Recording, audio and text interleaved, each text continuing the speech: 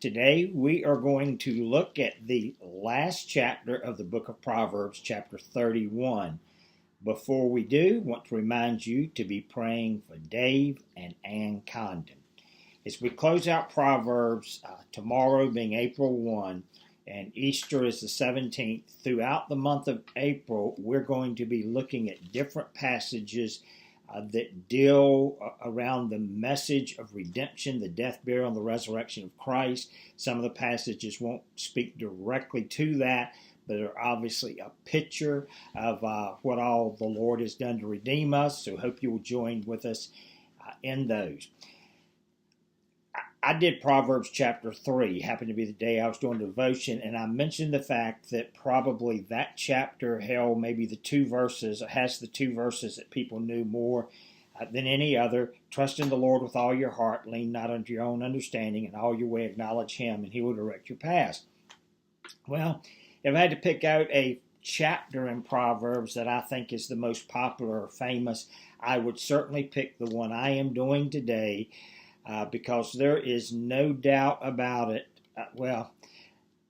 There'd be no way we could count the number of Mother's Day messages that have been done using Proverbs 31, the message of the virtuous wife. And I am so grateful this passage is in the Word of God to give godly women their due.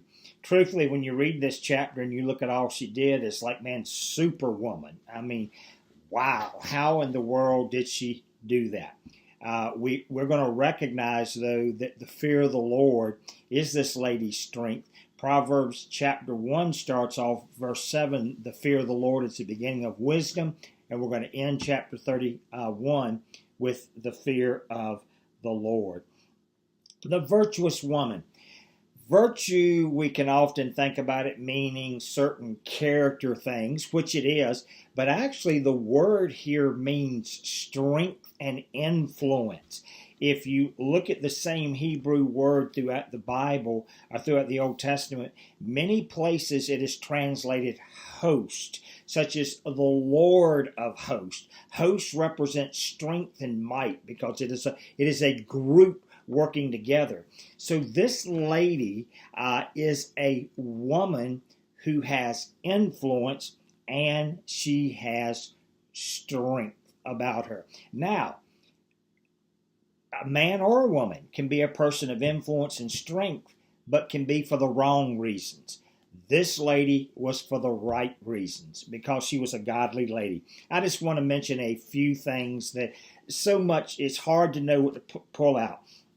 Verse 11, the heart of her husband safely trusts her. Trust is such an awesome gift. And I tell people in premarital counseling, don't ever blow that trust.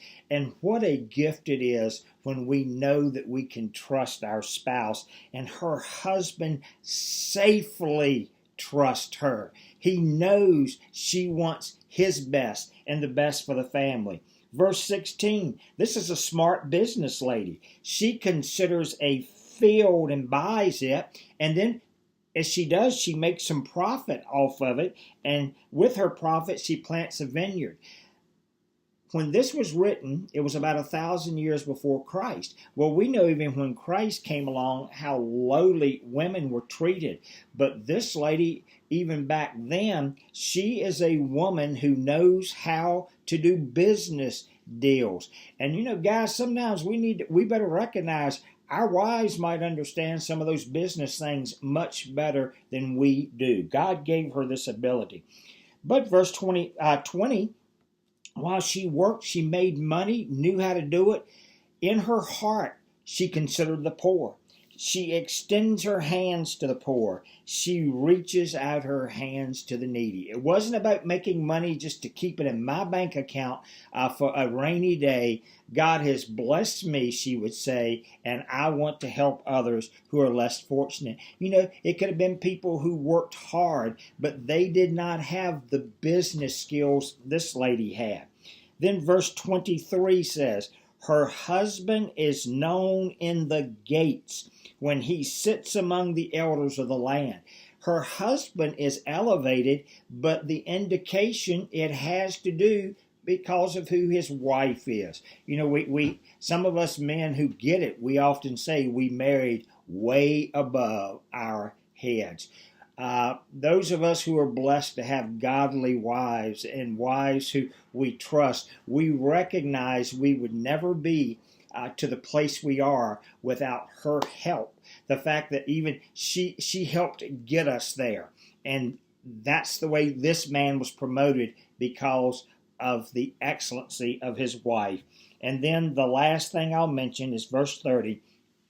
Charm is deceitful and beauty is passing. Now there is an inner charm. It is a marvelous thing. But charm can mean an outward appearance.